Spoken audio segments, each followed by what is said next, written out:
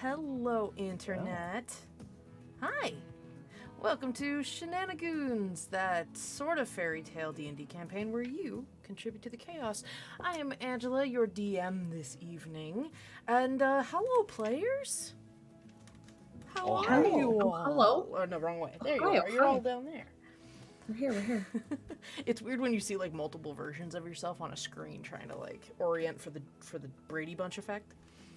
Especially when you're all doing different things. Yeah, it's okay. You never know which one is you. Hello, everybody in chat. We have a couple of people here today. Hello. How are you all? Hope you all are having a good evening. Welcome to Chapter 34 of Shenanigoons. As Heather put earlier, possibly our longest session title ever. Arose by I take the note. It's the longest. Awesome. Arose by any other name would smell as fishy. We are continuing our... Oh, thank you. I was trying to go between femme and masculine Rose by the River vibe, and I ended up at Smee. Oh, well. You can do worse than Bob Hoskins. I don't know if that tells me something about myself or something about Smee. I don't know which one. But anyway, we are here tonight for a couple of reasons. One, to play some rad D&D, but two, also because we are very, very, very, very close to the end of our Kickstarter campaign. Hooray! We are less than 36 hours away from the end of our Dragon Pin Pride Kickstarter, and we are super duper excited about it. I think it's... Oh, I didn't plan any of those. Oh well, we won't worry about those right now.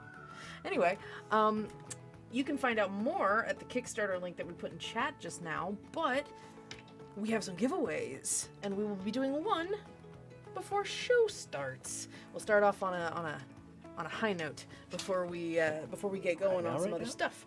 But first and foremost, we are members of the Nerdsmith Network. You can find out more about us at nerdsmith.org.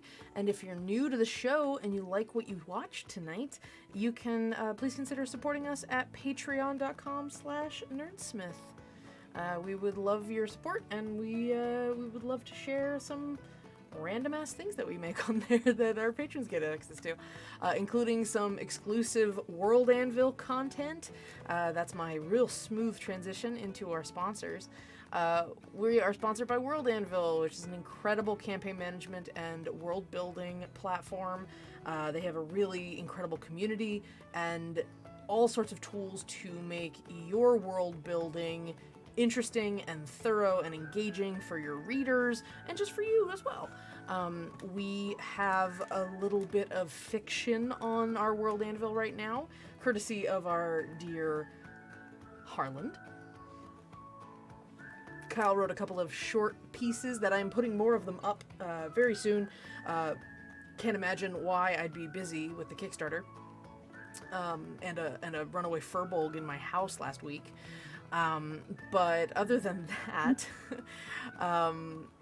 but you can find more of our stuff here about the world of Vale, which this game takes place in, and several of our shows take place in, on our World Anvil, over on our World Anvil account over on World Anvil. Please consider signing up with them. It's free to start. They have some really cool customization features and premiere features for their guild members, so if you like what you find there, please consider supporting them. They're a small and dedicated team that keep that place running, and it's so incredible how much they grow in such a short amount of time with some really quality ideas and execution of those ideas, so please check them out. We are also sponsored by Eldritch Foundry. Eldritch Foundry is where our pictures came from. And hold on, I have to be very kind and remove the wall of fog so that you can see our beautiful Paru, even though she is not here right now. But I didn't mean to make Alia disappear. I meant to unlock her so that I could fix the camera. It's fine. We made our pictures on Eldritch Foundry, a really lovely fantasy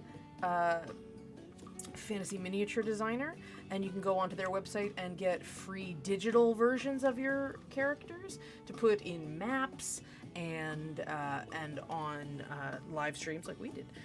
I colored them, but the original designs are all from Eldritch Foundry, and they're really awesome. So you should check them out. And when you buy things, when you decide to purchase miniatures from them, using the link that we provided, you're helping to support us. We actually get a bit of support from those links. So please take a look. And finally, we are sponsored by Die Hard Dice, the premier providers of metal and polyhedral, or they're all polyhedral, polymer polyhedrals is what I was trying to say. They make absolutely beautiful designs, brilliant colors, and they are just a really cool group of people. But it is the last day in the month for us to stream, so we are trying to make sure you remember that our monthly product that we're promoting this month is their black velvet magnetic square dice tray. I have one of the snappy ones, and it's in a hex shape, but they're selling ones that are magnetic, so no little clickies. But they flatten out really beautifully, and you can store them. They're ultra portable, and they work with their dice towers as well. So please check them out in the link. And if you use the code Nerdsmith-June, you will get 10% off your purchase on Die Hard Dice. And come back every month, because we'll have new codes and stuff. Anyway, please check Die Hard Dice out. Roll with the best. Anyway, let's get going on our giveaway tonight. I'm getting the thing out because I forgot to prep it. We're doing a raffle. All the chaos. Yes, I will think of saying that in a moment. Yes, so we are, oh, it's in Cloudbot, that's why. It's fine. We will be giving away a dragon pin pride, a rainbow dragon pin, a dragon egg pride pin. That's the words. Yay. Eggs. Rainbow dragon It's a rainbow pin. pride flag, yeah. Dragon egg pride pin. Yes. It's okay, we like only Heather have... posted in the chat. Yeah. I'm gonna Looks set... like our emojis. What was that? It looks like our emojis that we posted in chat. Oh, yes, absolutely. So we are going to... Egg. Let's see. So we are going to... Oh, gosh. I said gauche. I didn't mean to say gauche.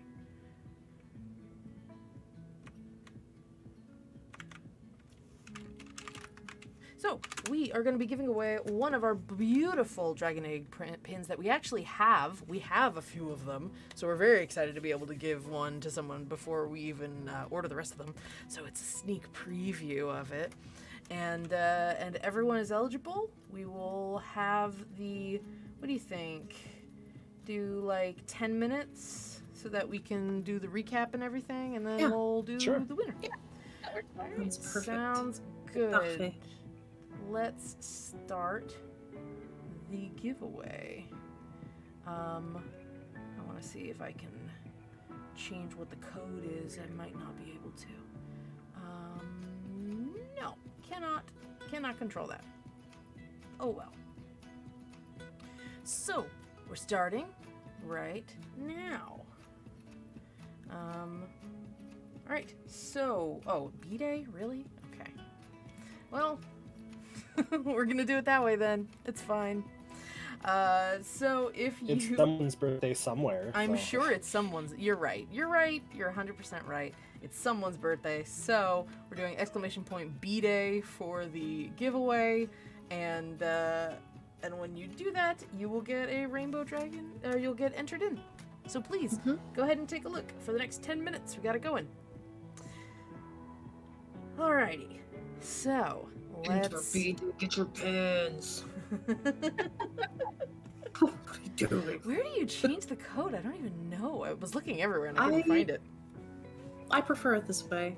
Just a It's random. indicative of the chaos to come. Yeah, no, it's great. That's true. All right, Speaking of chaos, so go ahead and put your code in, and we will talk about what happened last week. Previously on Shenanigoons, the Book of Fables, we had a lovely trip into a hedge maze. Wasn't it lovely? Wasn't it just the nicest thing ever? It was so relaxing, and there was no bizarreness, no issues with visibility or anything like that. So, what actually happened? You all heard a bunch of ruckus going on at the center of this hedge maze at the flower. Please remind me, what was the festival, Kyle? The Dusklight Jamboree. The Dusklight Jamboree in Rose Upon the River. And when you all investigated said hubbub, you found that there was a threat to one of your beloved Tabaxi children. Toshi had been knocked asleep by a clockwork creature, presumably a member of the Clockwork Authority, or the Mechanist Authority, who you all have been, not dodging lately, but, you did ostensibly escape from them. And you got into a little bit of a scuffle with said clockwork creature, a large, round, mechanical construct that you know now to be called a spectator. Which begs the question, what are they spectating? As you traveled through the hedge maze, not really being able to see much, but finding pretty quickly that you could, get bigger or fly to some degree. And you found that the hedge maze was constructed with roses, but also with sheets of metal between the hedges. You couldn't just jump through them. That was a very mechanical choice, or that was an architectural choice. And there was some sort of power shield effect in not allowing you to get to the center of the maze without following the maze. So you ended up flying around trying to figure things out. Beza, you were climbing over the walls. Paru, as a wolf, was also charging through. And you had a little bit of help in the form of Guy and Feline, two residents of Rose Upon the River, who were canoodling in the hedge maze, much to Oliette's delight, because she was setting them up. Harland got lost in the maze, just not very good. Not very good at it. That's all. And you also encountered another random person, Sage. Sage is a smarmy, handsome, smarmy, blonde magic user. Might be a wizard, might be a Time Lord, kind of hard to tell. He seemed to have knowledge of things that under normal circumstances, you would have heard static if someone had said, y'all are on a TV show. He would say things that seemed really weird and not at all recognizable to what you were actually talking about, or what's real in your world.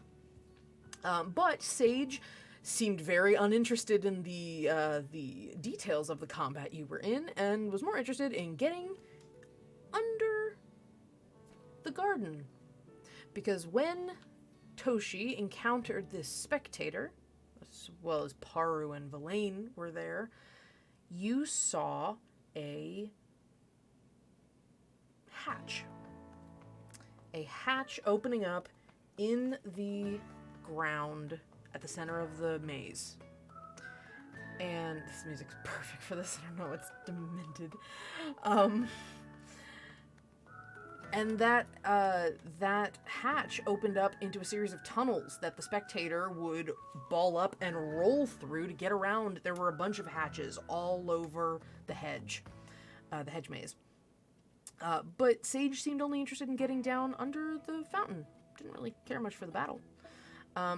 When you finally took down this creature, after it took Verlaine for a number of unpleasant rides, you explored underneath the hedge maze. And underneath, you found in this tunnel, this mechanically constructed tunnel, you found a room. Looked like a laboratory, actually. Looked like a place that somebody's been watching the town. There were a series of screens on the walls that showed points around town. Different corners, different streets, different homes. It's pretty thorough. It's not a big town. And you wonder why you're all being watched. And not only that, you're seeing a lot of mechanist tech down here. You find I believe it was an orb in a globe sort of structure. And Feline, with a beautiful bit of perceptioning, heard a voice and led you into a room that was in the back of the lab, where you found a bunch of cells. And sitting in one of the cells was someone you had, you'd been told just wasn't around. You found Ileana, a barrister, an attorney in town, who had apparently been out of town for a while and had recently returned and had gone a little, well, it was described as a little disruptive. And Beza hadn't been able to find her, was like checking in, and she wasn't at her home. But you find her locked in a cage because apparently she caused a bit of a fuss because she saw one of these clockwork creatures too, and they brought her down here. In a way that's very reminiscent of how you all broke some rules and then ended up in the Reacclimation Center way back when you were children. As you're all considering what to do, what's been going on, Beza came up with a very intriguing theory, with which Heather earned inspiration for. Beza proposed that maybe this is a test. Maybe this is a first draft of the next way that Mechanus is going to try to keep people in the chronograms.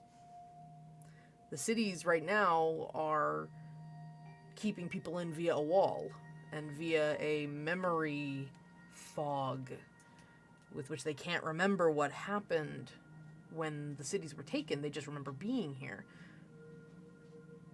But you all have just now started picking at that feeling in the back of your head about why would you ever want to leave Rose Upon the River? It's a wonderful town. The schoolyard's up and the battery's down. Anyway, you've had this little life here in town for, gosh, who knows how long? It feels like it's been ages. And you've been happy. Now you're face to face with this lab, this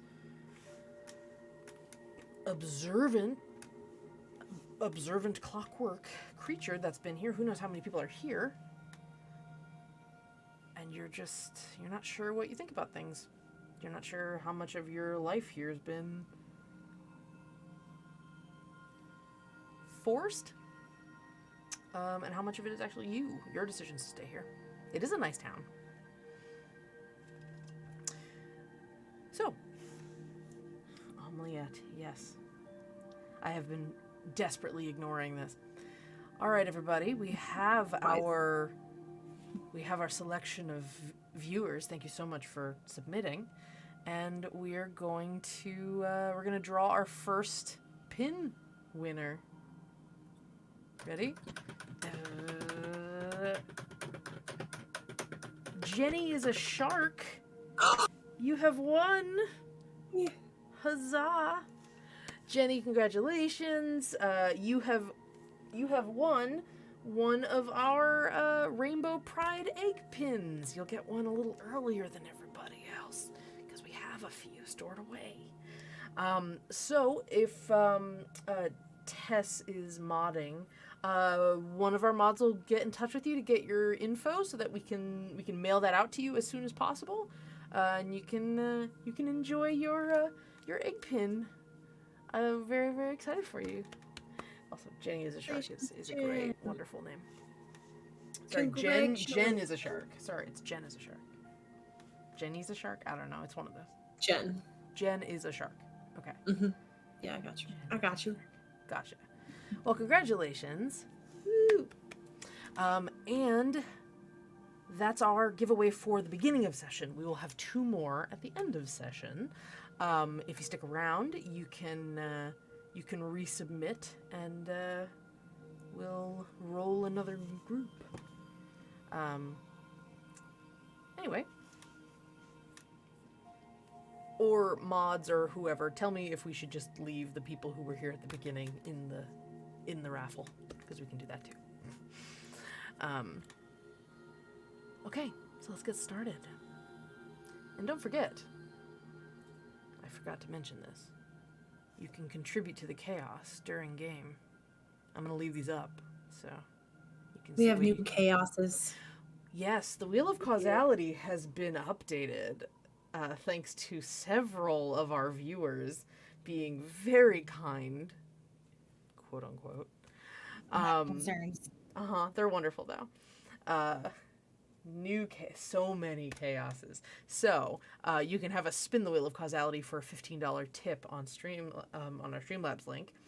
And if you do $5, it adds to the party pool of rerolls. You can also gift them to me, but I won't push that. Usually it's just in a thing, like a sorry. I usually get them as apologies. And $25, you can help me build an NPC. That's where Sage came from. That's also where Feline came from. Give me a little info about them, their name, their pronouns, a description of what they look like, and maybe something fun about them or why they're there, and I'll work them into the session.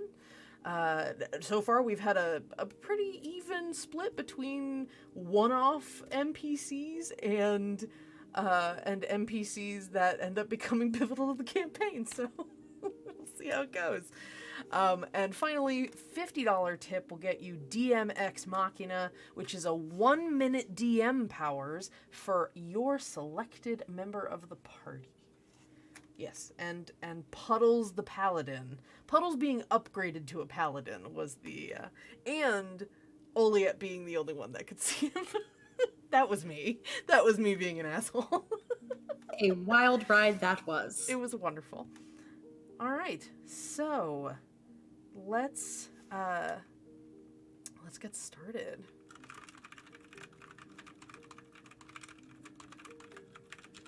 So you're all in the lab, and you've just let Ileana out. Ileana is a half-elf woman. She's got tan skin, sandy blonde hair, bit of a fire to her, not only just because she's been left in a cage. And you're the whole group here after having a bit of a subscribers. What's up, Matthew? You're all kind of just processing right now. So, Beza has just proposed that perhaps this is a test case. That maybe this is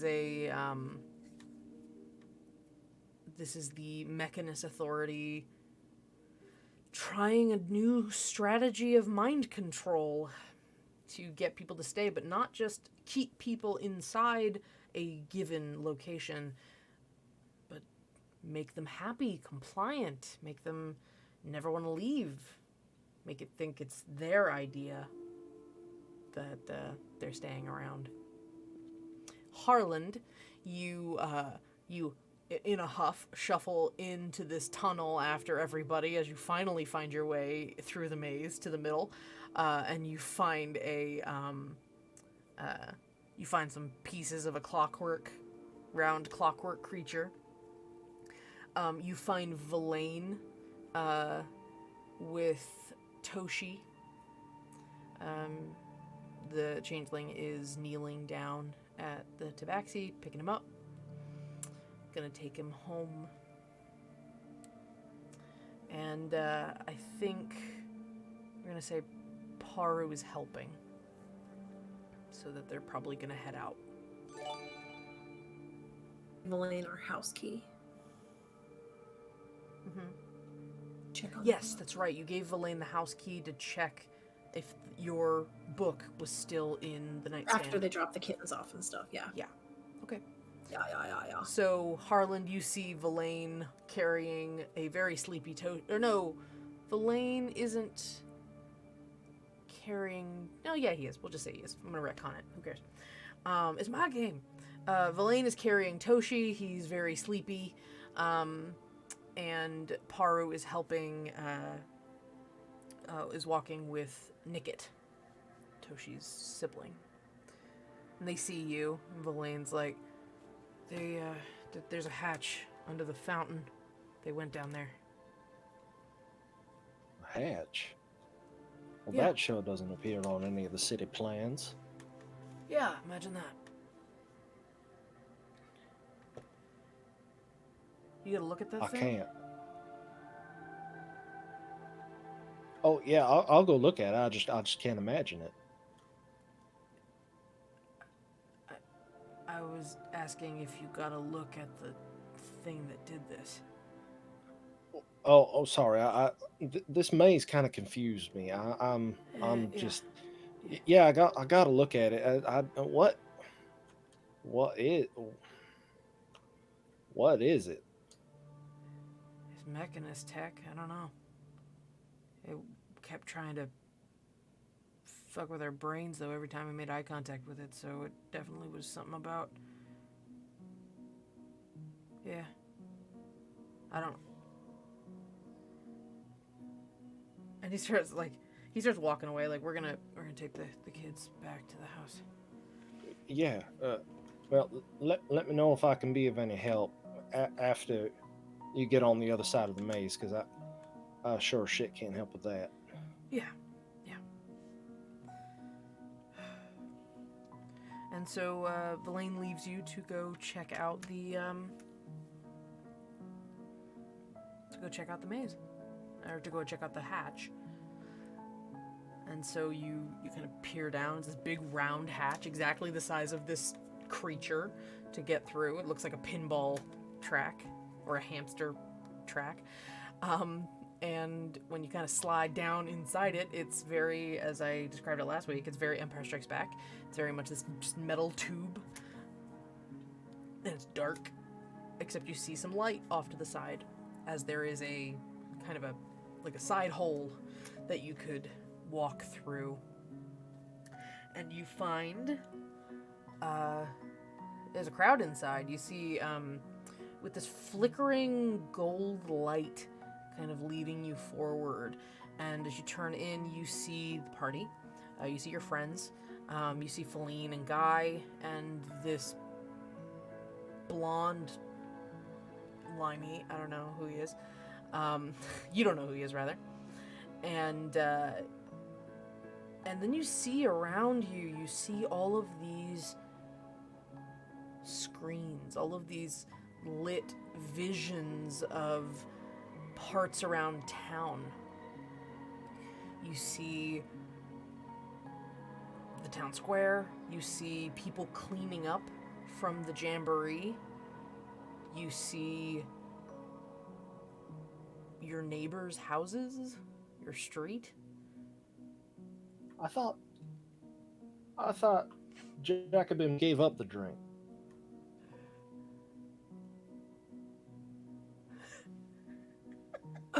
I thought you went home.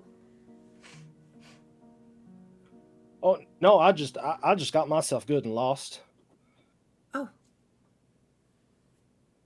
I mean I can go home if I'm not going to be of any help.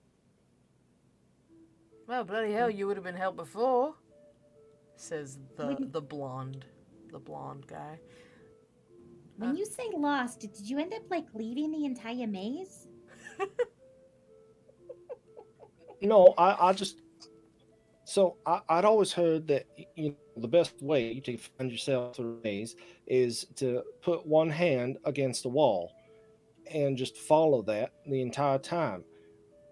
But every once in a while, I forgot which hand I had on the wall And which wall? and which wall I was supposed to be following.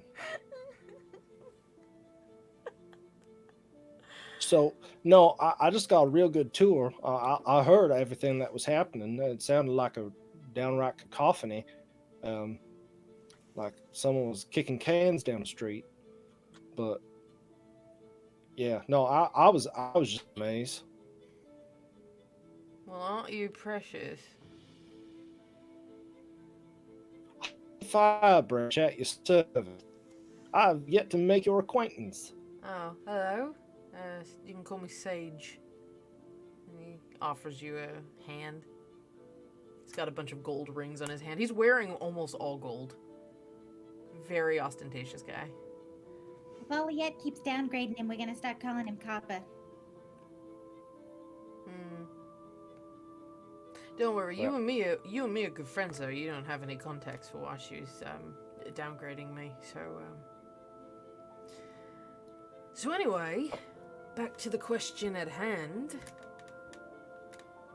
You lot don't belong here, and you lot keep saying things that keep making my eyes hurt. And Harlan, you notice that his eyes are kind of glowing a little bit. And you've seen people do that before when they're like trying to sense magical auras around them. He seems to be kind of surveying the room. We keep saying things that make your eyes hurt. Yeah, you That guys don't got the make- whammy put on you. It's kind of complicated because I don't have the context and you all are being controlled that way. So none of us really are 100% ready to have this conversation. But yeah.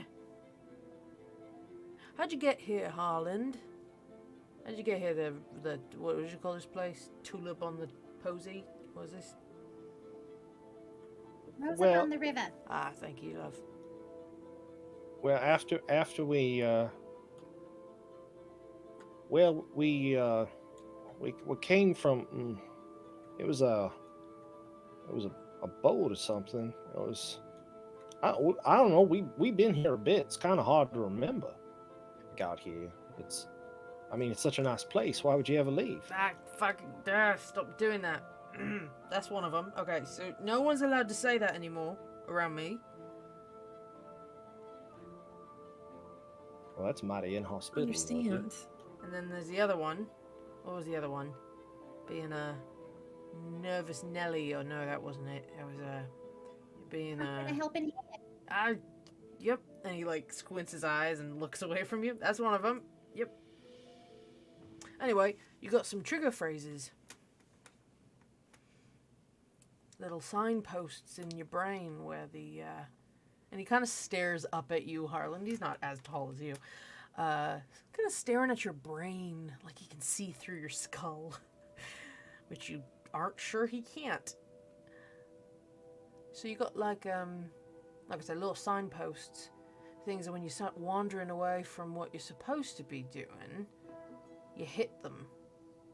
It's kind of reinforcing the impulse to stay. Interesting. Why would we want to wander off though? It's such a nice place. You never want to leave. Damn it! Stop doing.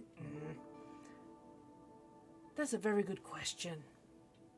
Beza, thank you for bringing it up. This is such a very nice place. Why would you ever want to leave? Because you had somewhere to be, maybe.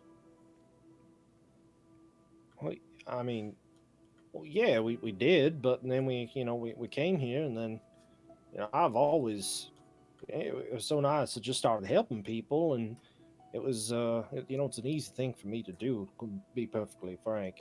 And I've always been a bit of a homebody myself, Kind of. so I mean, I just took to it like second nature, like a duck takes to water. Hey, that's some new armor, isn't it?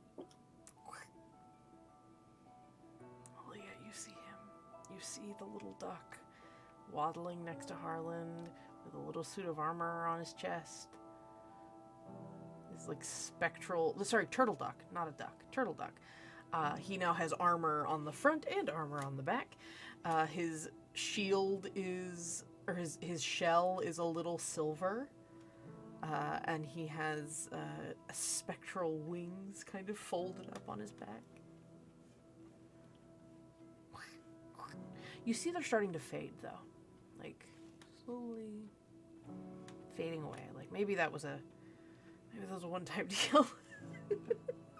Maybe. The duck hasn't faded, but his stuff is fading. So, what brings you to Rose upon the River? Oh, I got a ping. That sounds painful. Sometimes. No, I'm a wanderer. I look for random weird shit and I come find it. And you all qualify as some really weird shit, so... I think Old West. I mean, not as a person, just like your whole situation is, how would you put it, fucked. I don't know about that. There's good food and good shelter and lots of kind folk. And a complete lack of free will to do anything else. Lack of free will. I mean, Well, maybe not a complete lack of free will, but there is certainly something keeping you all here. I mean, I could say this again, but I don't think you want to hear it again. No, thank you.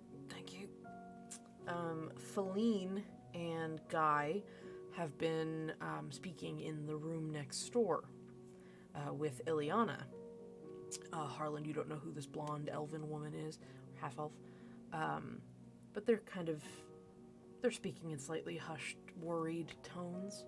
Like they're trying to also process while you guys are processing. And they wander in around this time of the conversation. And Ileana comes out and says, "No, so I told you, Feline, so I don't know the four of you, I don't know you either," pointing at Sage. "So who are you lot?" Holland Fire Branch at your service. Harland, right? And you make little introductions. So I've been gone for like 6 months or so, doing a round of the area. I come back and people are acting weird. Not really interested in, I mean, not to toot my own horn or anything, but people tend to ask me questions when I go out, looking around. And it's like nobody could give a rat's ass about where I was. I was gone for a whole half a year. And nobody seemed to really, well, not just not care, but like actively interrupt me when I tried to talk about anything outside. They seemed like they got nervous. Or like there was just I don't know, a block. Almost like they couldn't remember anything outside the town. More like they couldn't talk or think about it. Like they couldn't even fathom the concept of talking about outside. That's kind of what it's like at the chronograms. No one remembers anything from outside beforehand. Even though there's people like Harlan's family who's long lived enough that they should remember. No one does, and no one really questions why. We did, but not everyone does.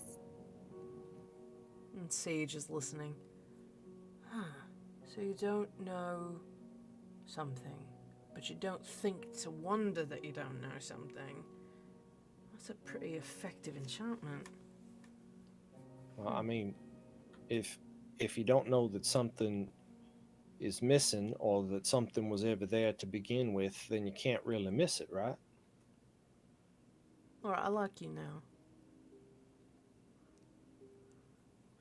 Well, likewise. Asking the right questions.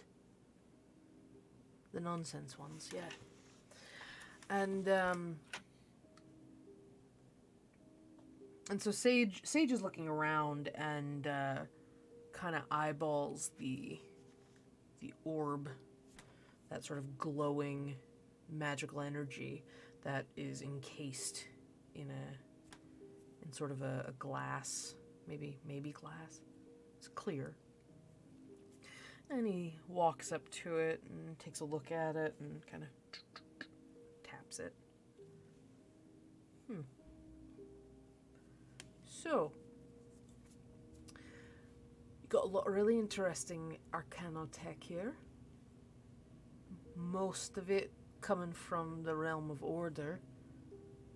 So this is all mechanist stuff. It definitely looks a lot like the chronogram stuff. Ileana, dear, what have, do you see anyone else running around here? And Ileana thinks, you mean beside the big fuck all marble? Yeah, besides that, I saw there were a few. Two of them look like they're made of this stuff. They're like clockwork people, and one of them wasn't. I think it was an elf, but they had little symbols on their jackets, little shields. And she describes what sounds like those Mechanist Authority people that almost got you guys on the train back in the day. That sounds a lot like the Mechanist Authority badges. I've never met anyone from that, but yeah, I saw the little round one, and then, well, not little, I suppose. And when I saw that, I went following it, and then I got grabbed. And then I didn't remember much after that. I woke up here, and they started asking questions. But they hadn't really done anything yet. It seemed like they were going to. But I don't know what it was, so thank you for getting me out of the cage. Wasn't the best 48 hours of my life. Alright, so now that we know this is messing with our heads, she looks around the room. What do I break first? Well, I mean, we might be able to figure out what exactly they were doing here, right? If that comes from a realm of order,